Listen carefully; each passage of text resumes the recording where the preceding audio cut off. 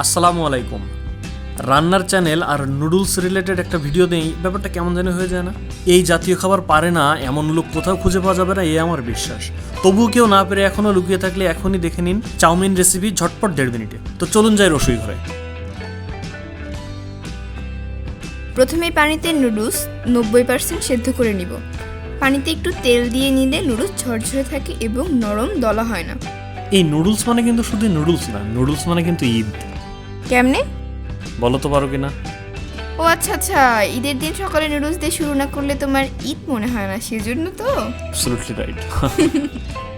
এবার একটু তেলে 2টি ডিম ভেজে নিতে হবে।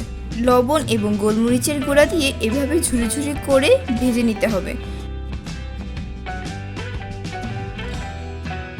এরপর আগে থেকে ম্যারিনেট করে রাখা মাংস রান্নার জন্য তেল নিচ্ছি এবং এতে পেঁয়াজ কুচি দিচ্ছি 1 কাপ পরিমাণ।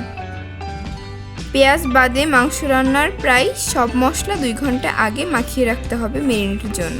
টক দই দিবেন সম্ভব হলে।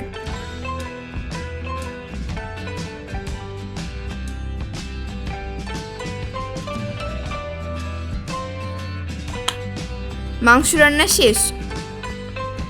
এবার মাংস, ডিম এবং পছন্দ মতো সবজি সেদ্ধ দিয়ে 2 মিনিট নাড়তে হবে।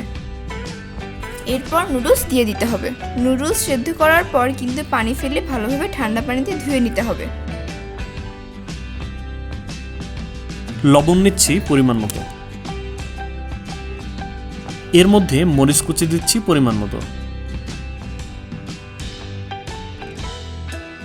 দিয়ে দিচ্ছি নুডলসের মশলা। ভালোভাবে মিশিয়ে আলতো আঁচে 10 মিনিট রান্না করতে হবে।